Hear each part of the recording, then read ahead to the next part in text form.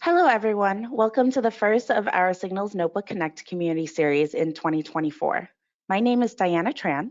I am your Senior Product Marketing Specialist here at Revity Signals, and will be your moderator for this session. This ongoing Signals Notebook community series will be an opportunity for you to learn about newly added Signals Notebook functionalities and hear how others are using Signals Notebook to improve their productivity and data transparency through enhanced collaboration. This Signals Notebook Connect will highlight our top 2023 enhancements. Our previous sessions have been recorded and are available for streaming at Signals Notebook Connect Revity Signals. Future dates for Signals Connect for 2024 have been shared along with this registration. So I hope you will join us for future programs, especially the next one scheduled for March 20th. A couple of quick housekeeping reminders before we start. We will have ample time at the end for questions, so please submit your questions through the question box located on the right-hand side of your screen. Again, this webinar is being recorded and will be shared, and the recording will be shared with all the attendees in the upcoming days. Let's jump into our agenda for today.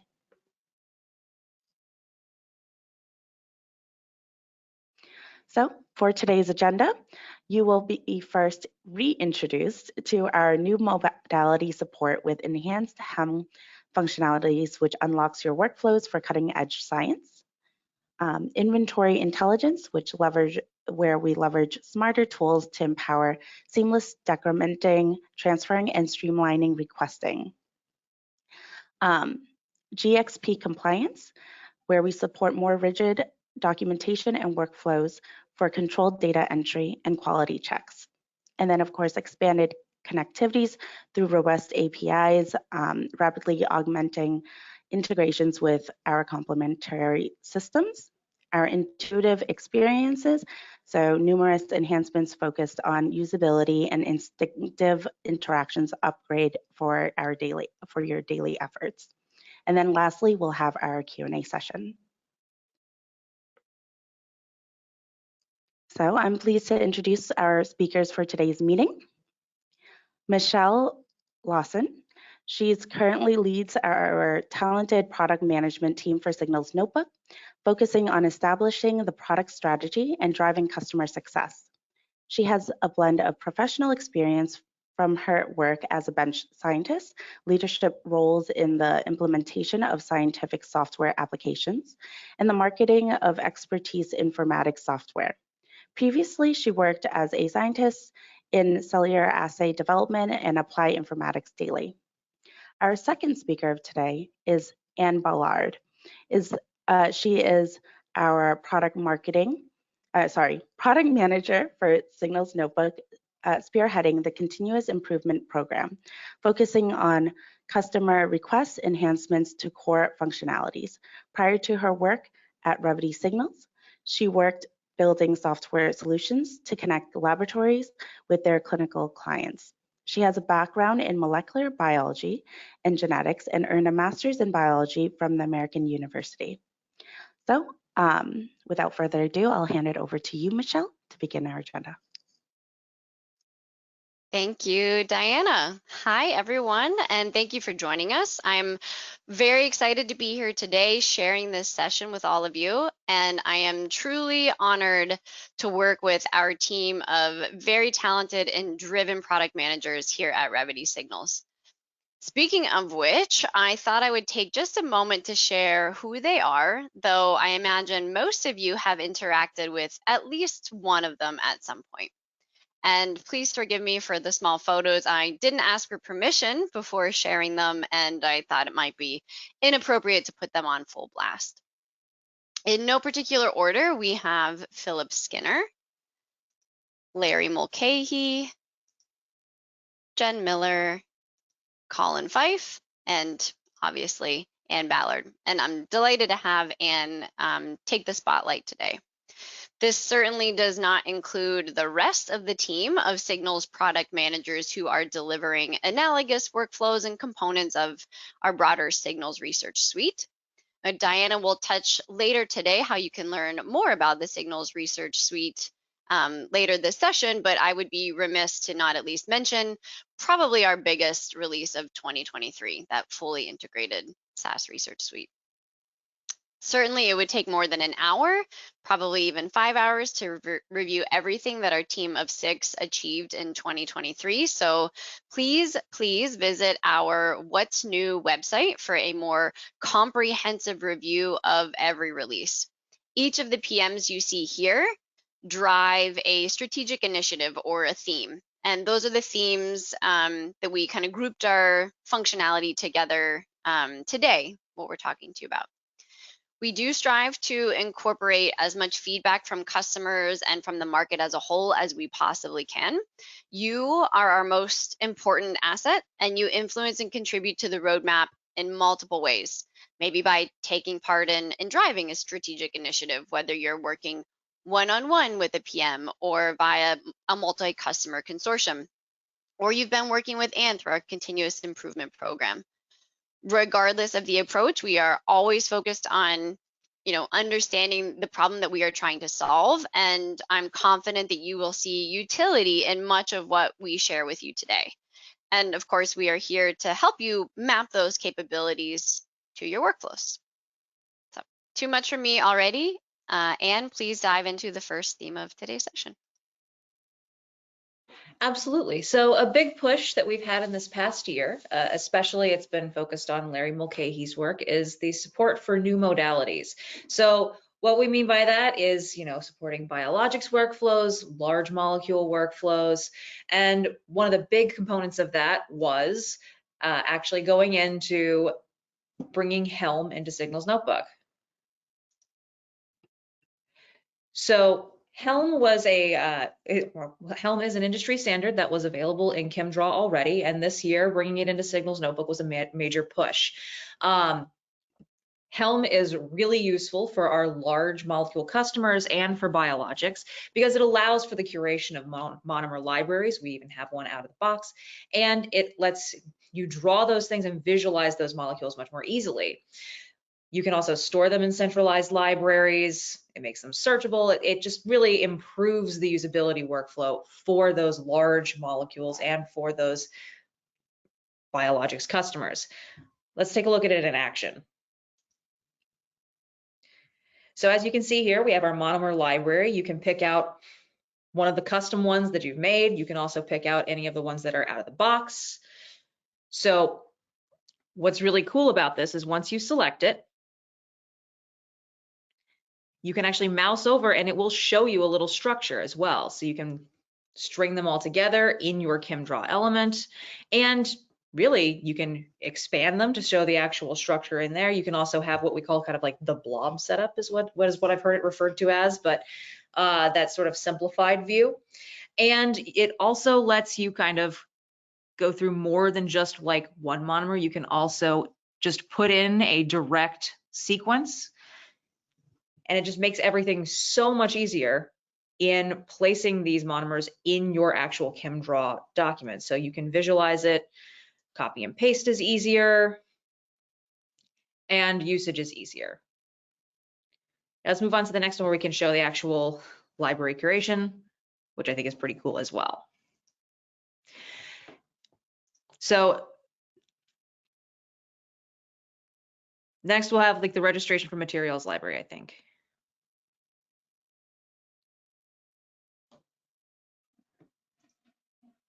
So one of the other big pushes we had was to drastically improve workflows. So we wanted to simplify everything, make it a lot easier to do your workflows from the actual experiment page. And one of the main pushes for that was actually registering of materials from the materials table.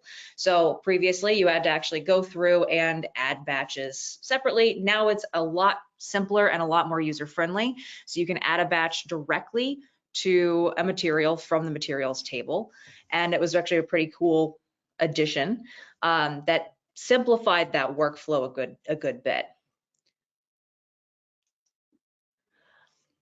Another big push to support these new modalities is actually a biological sequence search. Now, as a genetics background person, I found this super cool, but you can actually just copy and paste your sequence and do a blast search for nucleotides or proteins and it pulls up the plasmids that we have stored in the materials library. I thought it was pretty neat and was very excited about it. Some additional stuff that we have, actually going off of those biological sequences like DNA, we also expanded our materials library to allow for the support of RNA or single-stranded sequences as well. There's actually really great visualization in the materials library for those, and we expanded the bulk import-export for materials to make it a little easier to, well, for our users to bulk import and export their libraries.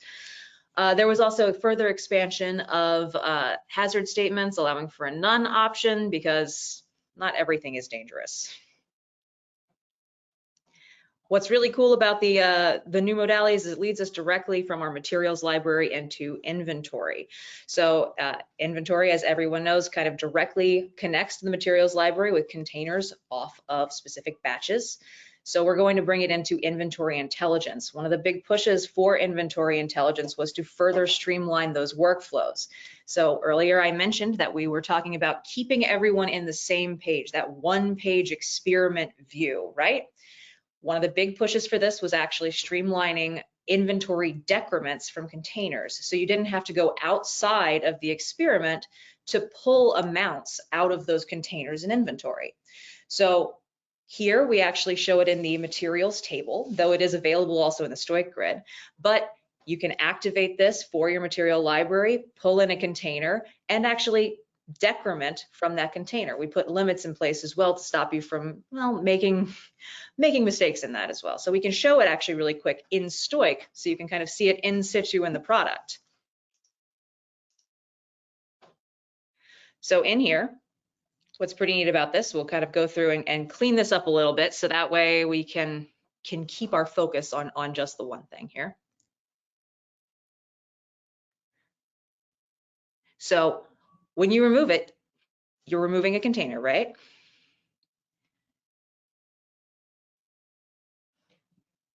So if you try to remove the container, it will stop you. It'll tell you that you are making a change to the decrement, and it'll keep you from making those mistakes. So if you've pulled from a container, it's going to keep you from incorrectly deleting it and altering what's in there. We have stop gaps in place now to keep you from making mistakes in what you're working on. Another big push for what we were working on streamlining those workflows is actually the move location workflow. So if you have a lab, you have freezers, you've built out your inventory to include, oh, here's a big freezer, here's all of the containers, there's boxes, there's shelves, there's racks. What happens if you have to move that from one lab to another in your physical building? Obviously, you now need to move that location in your inventory as well.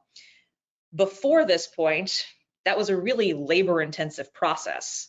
Now you can actually just move the location by selecting a barcode or using a search modal that will actually push you through the full location move, so that you can easily take that one physical freezer and move it from one laboratory to another, scan a barcode, or look up the new room in the search modal, and our inventory system will bulk move every single box in that freezer, every container in that box, and even the grid locations of those boxes. And there will be a report showing the success or failure of that move. So there you can see where you scan in your barcode, and there's our search modal. It's a really nifty way to really streamline that inventory management process. Another thing that is really great for inventory management is material requests. So this is again connecting our Signals Notebook materials with inventory. So what we currently have available is a reagents order. So you can actually put in a request to order something that's commercially available. Something that is coming and is, I believe, currently in beta is an internal request that would allow a user to actually request from inventory a specific material. There's a table that you can actually monitor those requests, and it's very easily tracked and a much easier way to manage these containers and requests for materials. Continuing off of inventory intelligence, we also added some US unit entry aids, as a lot of our customers have, for example, facilities in the United States where they receive large containers that don't actually have the metric amount printed on the side. So if I get a 5-gallon drum of something, I don't want to have to be going to an Excel sheet to figure out how many liters that is. I can enter it directly into the container amount, and it'll automatically convert to a scientifically usable metric amount for our scientists in inventory decrements. We've made additional updates for a more granular inventory admin privilege option, which basically separates inventory admin privileges, so you don't have quite as you can really lock down specific features. There's also additional filters and new label templates for containers. A big push that we've also had is actually the inclusion of variable measures. So if you actually have a container that has, it's like a grams per milliliter, you'll have a variable measure option. You can actually enter that in there. All of this, I feel, really furthers our inventory intelligence, and I think I can pass it over to Michelle for GxP is next. Yes, thank you, Anne. And apologies for the jumping around to you, Anne, and to everybody. I was trying to field some of the questions that are coming in, and I forgot that I have control over the slides. So as I was trying to look through the questions, Anne, I tripped you up a bit, and sorry about that. So our next theme to share today is around GxP workflows and compliance.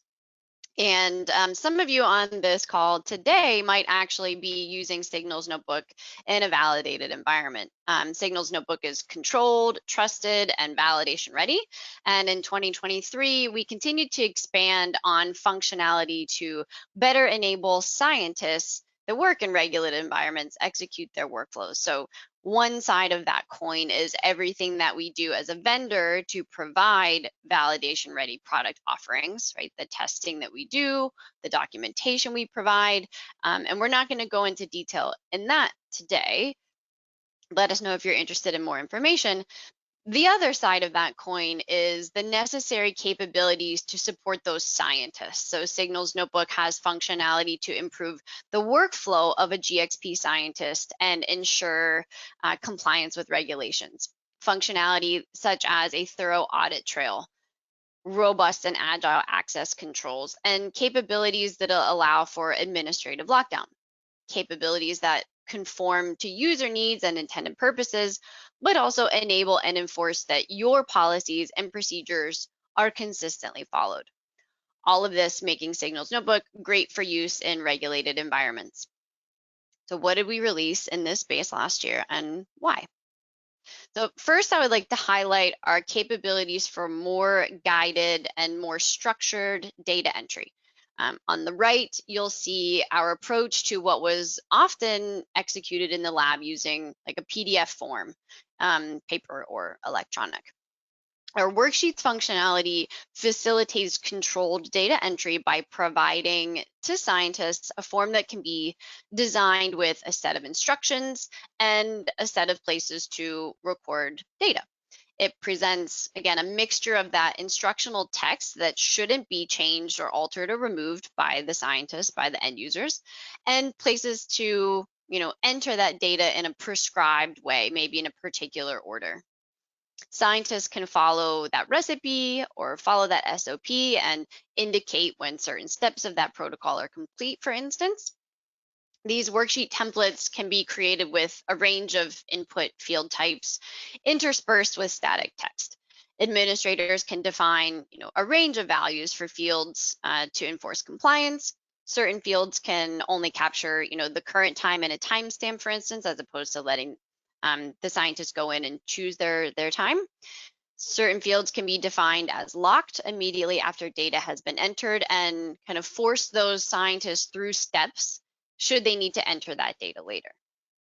Worksheets were first released in beta way back at the tail end of 2022, and we continued to expand the functionality over releases through the entirety of 2023. It was a very sizable chunk of work, and our customers have been really creative in the different ways that they've implemented worksheets and the use cases that they covered with them.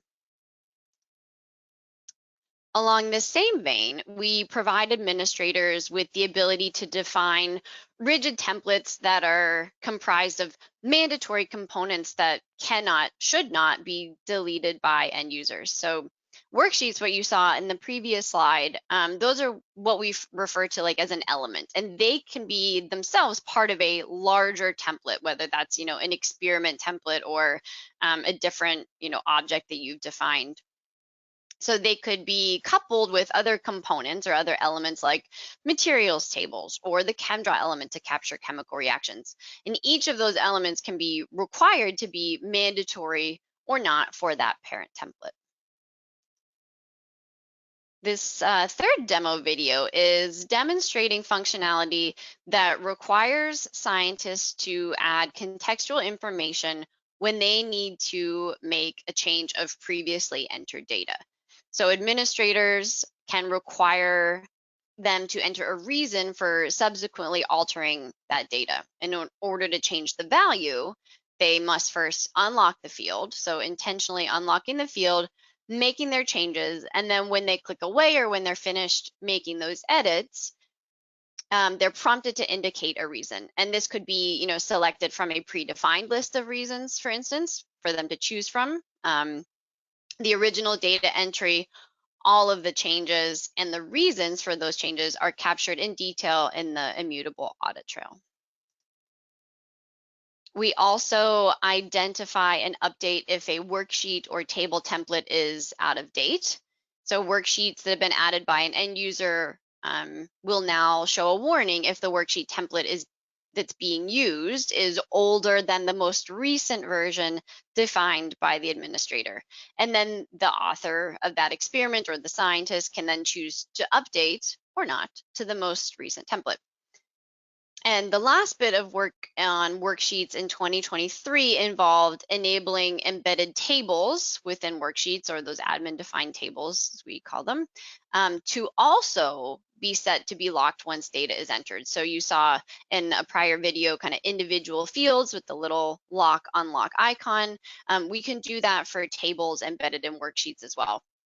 In this setting that's called, lock field after value has been entered is available on those table type properties when the administrators are building out that template. So like the other fields, the table becomes locked to further editing once it contains data and the user has stopped editing it and that they click away. And in order to make those additional changes similarly to before, the user must first unlock the table, and their edits are not saved until they complete that reason for change workflow.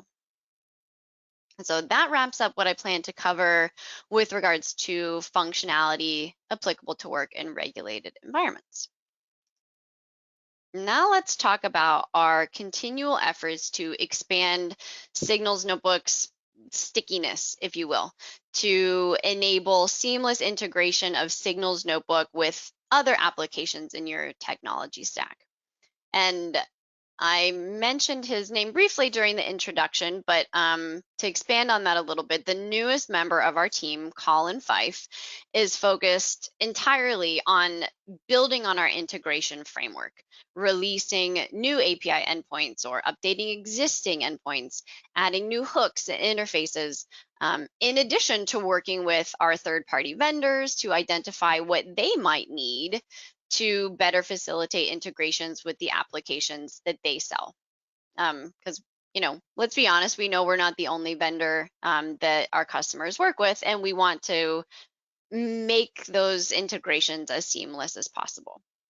He's also working quite furiously on providing new enhanced documentation and worked examples, in addition to supporting an online developer community, which we hope will bring together Revity Signals professionals and customers to discuss and share those integration use cases and success stories. I know that everybody that we've shared that information with is really excited to have more documentation and support with integrations. And for those of you who were at our Nexus group, Nexus user group meeting in Europe, Colin gave a presentation to a packed house, and it's truly sparked a lot of interest from our customer base. So I'm going to highlight 3 or 4 examples in this section on our efforts to expand connectivity. In general, there are new integration components in pretty much every single release. And so here you can see an example of a new endpoint for that worksheet functionality that we discussed, where we support the import of externally generated data into that worksheet element while also capturing the reasons for change if data is coming into those types of locked fields that have been previously edited. We do typically try to give ourselves time between releasing the functionality itself in the application and then making those corresponding endpoint or set of endpoints publicly available, really in an effort to reduce the risk that we have to version an endpoint, which would impact a lot of customers' integrations potentially. But we do really try hard to keep up with new features ahead of customer requests for those endpoints, and it really is a fine balance. This particular endpoint was requested by multiple customers and is a really great example of one that better enables integration between Signals and a third-party vendor's application, in this case, LabTwin, which I also believe we did a Signals Notebook Connect on last year. If you'd like to learn more information about that, we've got a press release and a blog out there as well. So if there's interest, let us know in the comments, and maybe Diana can kind of start peppering the chat with links to these various events and recordings. No pressure, sorry, we did not discuss that earlier. But yeah, so we are constantly continuing to expose and update API endpoints to facilitate integration of Signals Notebook into a customer's existing ecosystem.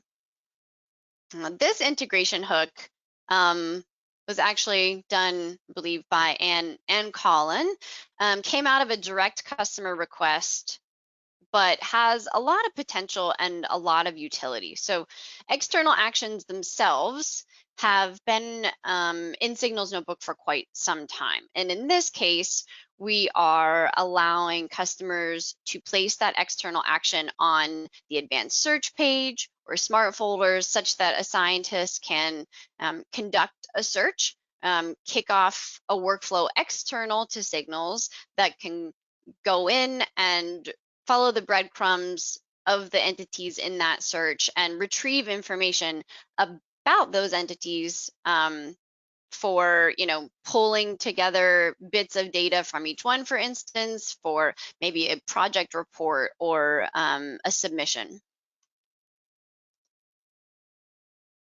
And I'm going to briefly touch on our latest partnership that really doubles down on data pipelining from one system to another, or getting content from point A to point B.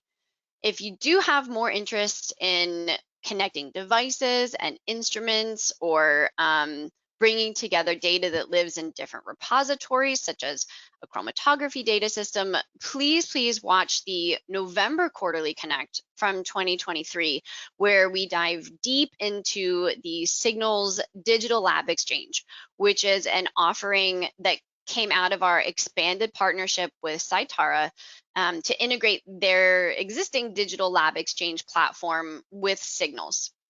So you're currently viewing a simple example of, and I'm sorry, this video is it's a little shaky and a little fuzzy, but I think it gets the point across.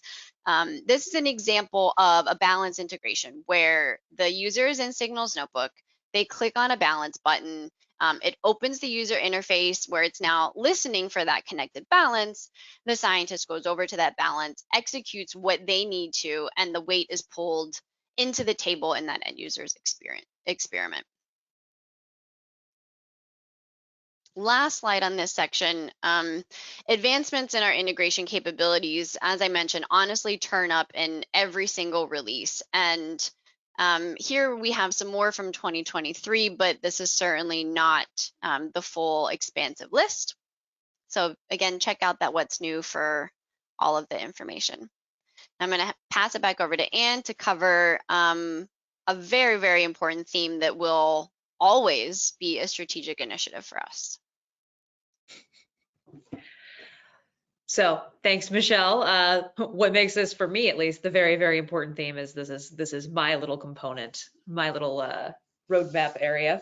So one thing that we focus on is intuitive experiences. We are trying to improve the usability of the product with every release, obviously. And this intuitive experiences section highlights some of those really great usability features that were customer driven and what would fall under my iterative roadmap. So one of the big things I wanted to highlight is actually the internal data sources. So our internal references are a very, very useful field type, and we've made a ton of improvements to those in the last year. So for example, the ability to add a query or copy and paste those internal references, but internal data sources takes an internal reference, which is where you link directly to another entity within Signals Notebook, and really expands on its usability.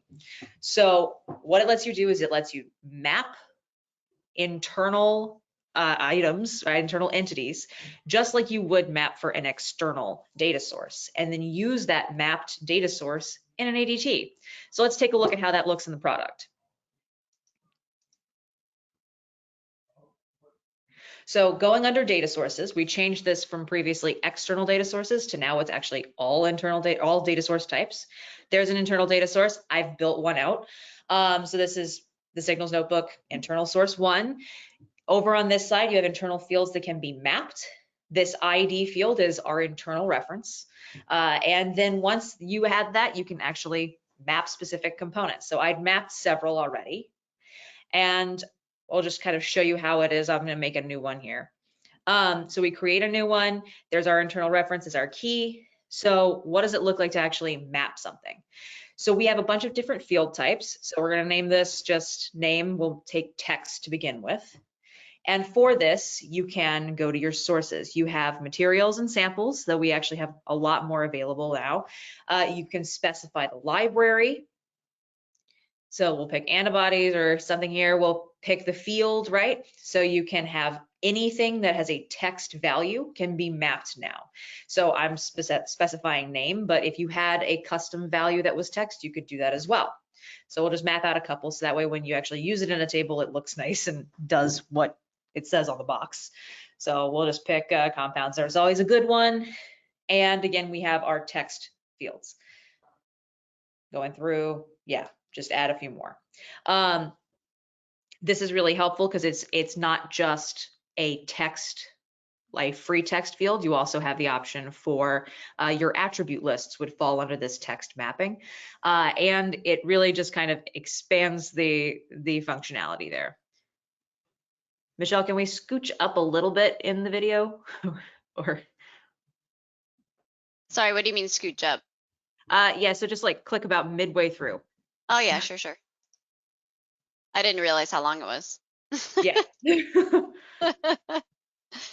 You can click it to the end really actually at this point. I want to just show off how it looks when you, for the end user, once you have it mapped out. Sure. So this is showing configuration of a table that then utilizes that internal data source. Exactly. And So here we go. Perfect. Perfect. So within this one, we're going to add our table, right? So we actually have our fields. We have to make sure we have the mapped fields filled in. We're going to add our table that we mapped to the internal data source.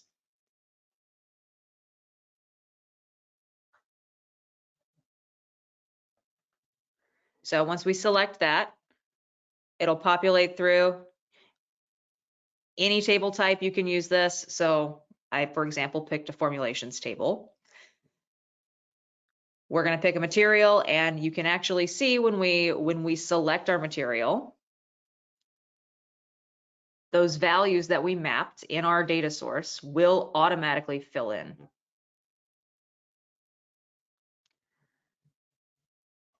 So if you remember, we mapped antibodies and compounds.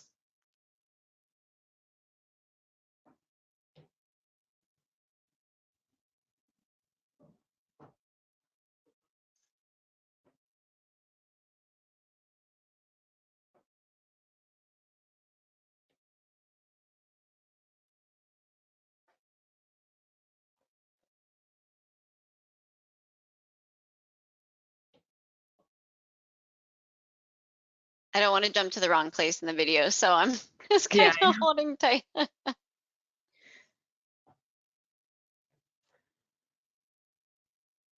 So we'll just grab a sample here and all of those map fields will automatically populate.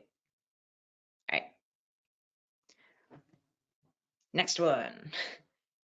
One of the other big workflow changes that we did was allowing for greater granularity of workflows by using workflow privileges. So this was actually relatively recently released over the summer. So workflow privileges basically take the existing available menu of workflow settings, those signing settings, which would normally produce a lot of button options for your users, and it allows you to assign specific workflows to specific user roles. So for example, you have a laboratory that has several junior scientists and a single PI, right? The junior scientists would need to have their work reviewed.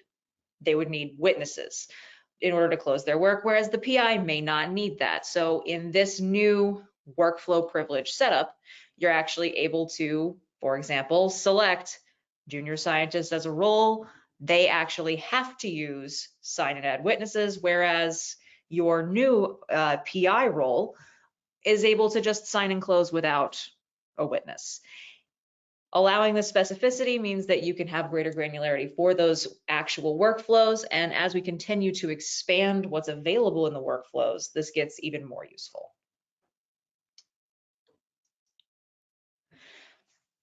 Further intuitive experience enhancements. These are actually a great selection that leads us into the ideas portal a bit. So all of these came off of the ideas portal. The main one that I kind of want to highlight are actually, these are the main ones I want to highlight, but one of the biggest ones, one of the most popular ideas ever is copy and paste image into text. This drastically streamlined the ability to add images into your text element, and it had somewhere on the order of like 60 votes. Similarly, we actually had a broad user search privilege, which allows for our multi-domain customers. So those of you who have multiple groups using different email domains to work cooperatively a little bit better by letting users search for their coworkers in different email domains using their first and last name, instead of having to use their full email, which was always a pain in the butt for a lot of our users. Similarly, read-dependent sharing allows for admins to require security view rights for users receiving edit rights on shared objects. So for example, if you have a group and that group through the security rules, which is a little bit different than just sharing, but through the security rules has view, I as a user can then share edit rights to them. If you do not have this read-dependent sharing enabled, but you do have regular sharing enabled, then I could technically share edit rights to anyone. And that kind of opens up a lot of possibilities that a lot of customers weren't too happy with. So this was a very popular idea on the portal, and we sort of allowed for an option to close that loop. If you want to see, the ideas portal is a big push that we've had. If you want to see the actual roadmap of recently released ideas, you can actually see the proportion of the intuitive experience or iterative improvement roadmap that actually comes from the portal. The ideas portal is a really great way of getting your ideas into the product itself and receiving feedback from both the product team and other users as our broader customer base inputs ideas in the portal and adds comments to ideas that they like or are interested in. So you can see here a significant proportion of what was released in the past year came directly from the ideas portal. Things like sample statuses, that broad user search privilege, and read-dependent sharing I just discussed. Also, you have customization of workflows. That was actually specified in the portal as well, and that was a much bigger push in our release schedule. I always say that the ideas portal is a great first touchstone, and if you haven't checked it out, I would encourage you to do so.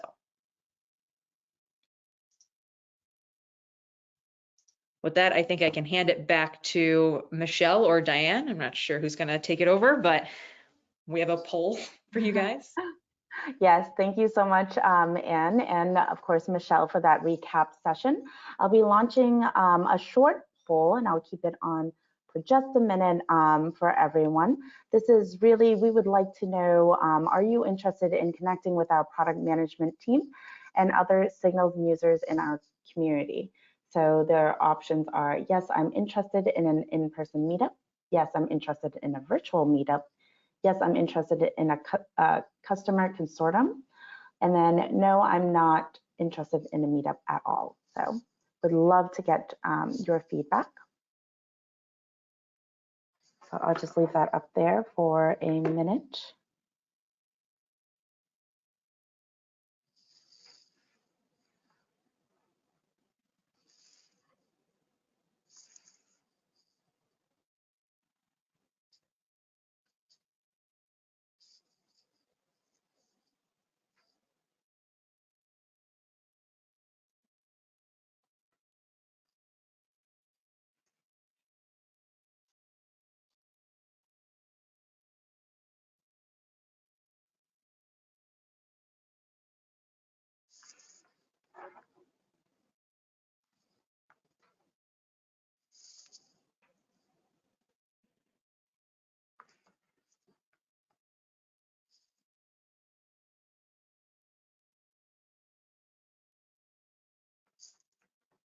Okay, just 10 seconds left on the clock.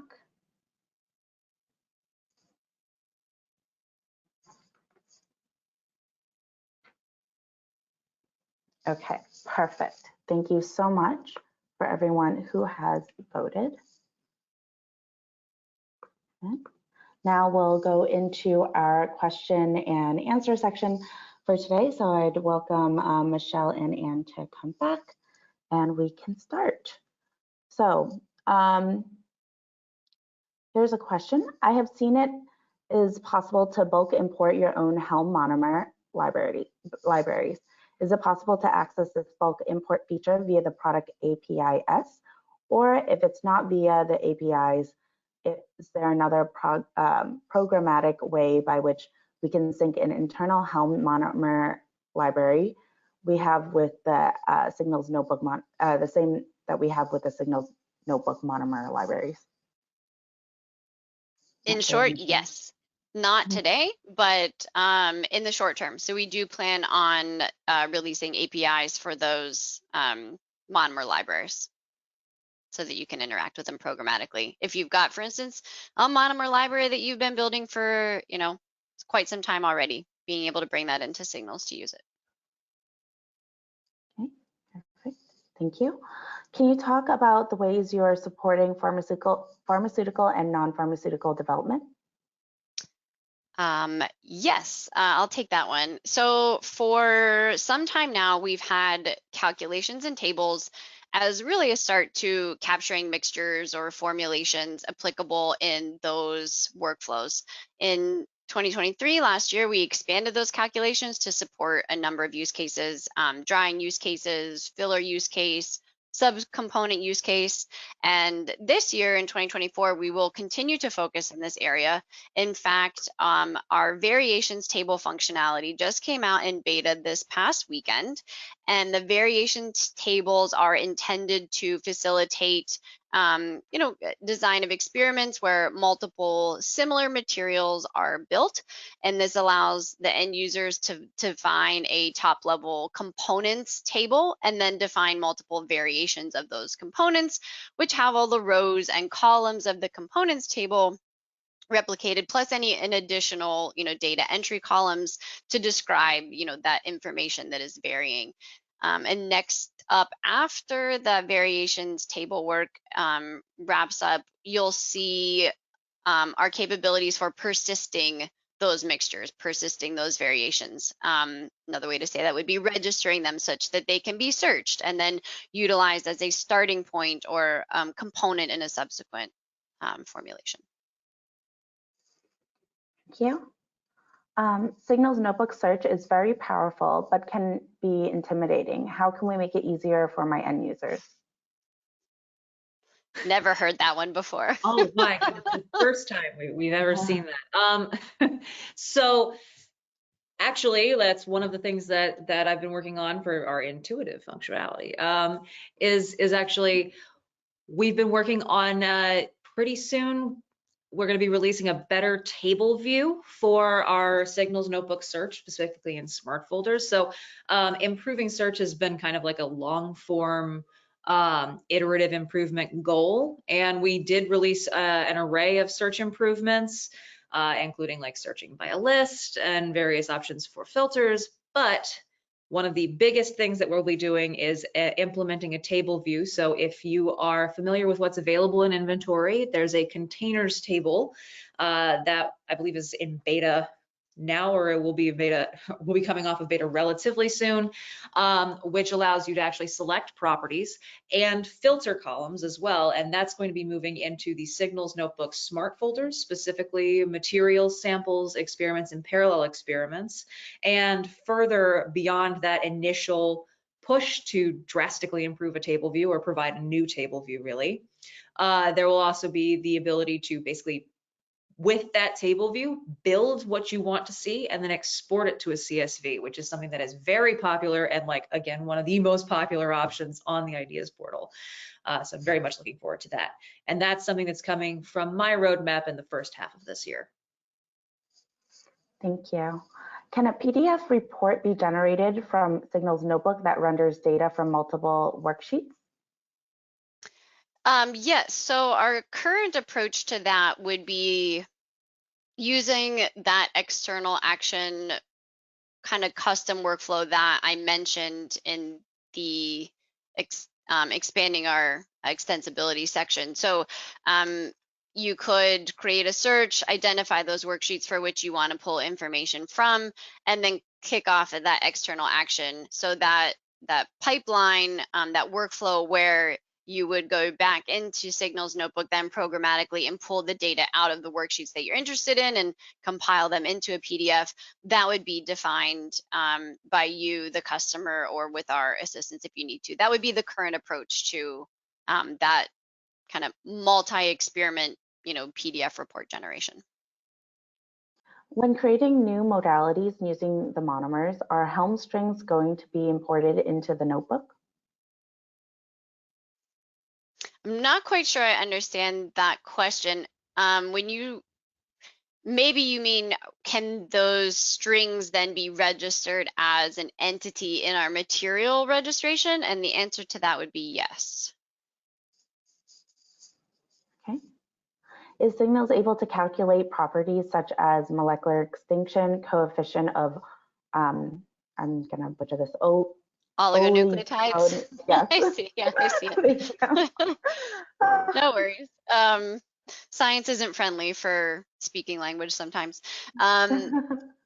So we have considered having an additional element to, like, the ChemDraw element. So obviously in the ChemDraw element, you have small molecules, and then we can calculate certain properties of those molecules, right? We have that information within Signals Notebook, and we can serve that up to you.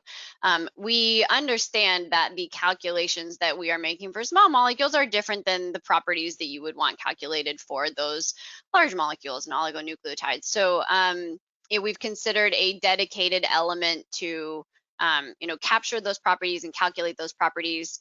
It's not something that's in our short term, but it is something that I'll put in air quotes, on the roadmap. And it is something that you could do on your own today with the integration capabilities and interfaces that we have to be able to execute kind of those calculation workflows outside of Signals Notebook and bring the results back in, whether it's into the experiment itself or into the materials libraries. Thank you. When will you be able to export the search list as an Excel file or .csv instead of using the APIs? You want to take that one, Ann? Yeah, so it's not explicitly scheduled yet. We obviously have to make the table view first, but that is something that is targeted for the first half of 2024. Thank you. We have a group with validation requirements. What do you do in this space? Yeah, I'll take that one. So I mentioned it briefly, but Signals Notebook is validation ready, and it can be used in GxP regulated environments following validation by the customer. So we can provide links to more information on this. I think we've got a pretty substantial kind of white paper or information sheet about this. So we provide verification on all of our standard or agile releases that are then compiled every 4 months or aggregated every 4 months to make a deferred release.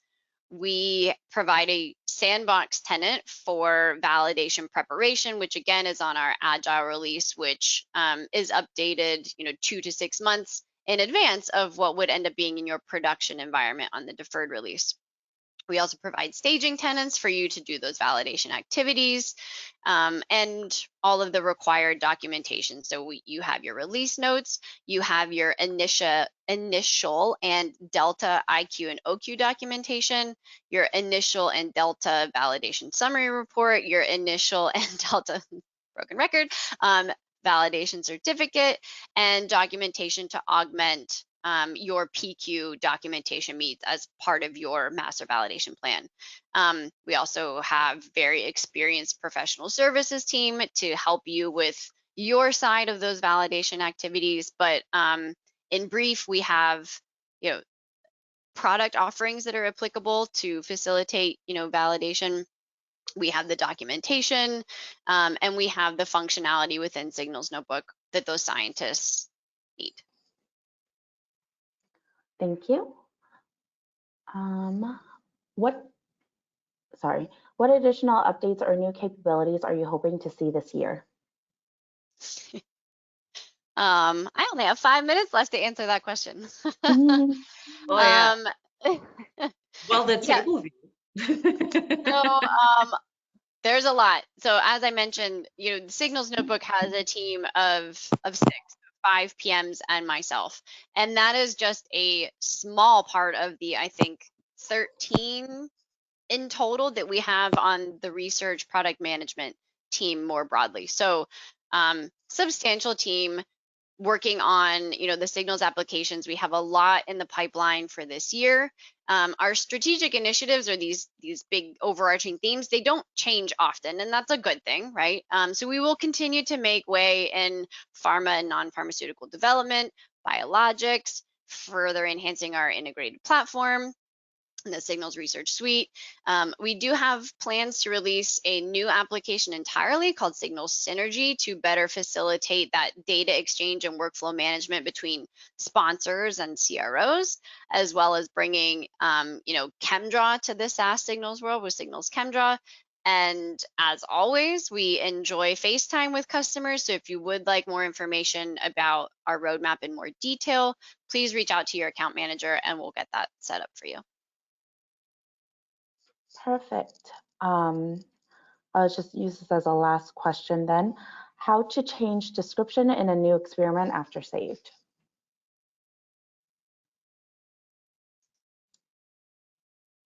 I don't know if I know what that question Yeah. question is asking. I apologize. Like the description field, or we need a little maybe bit. if that person's still on, they can specify. Yeah. Let me see. They may not be still on, so we'll skip that one. Then our last one, can we predict or extract hazard properties?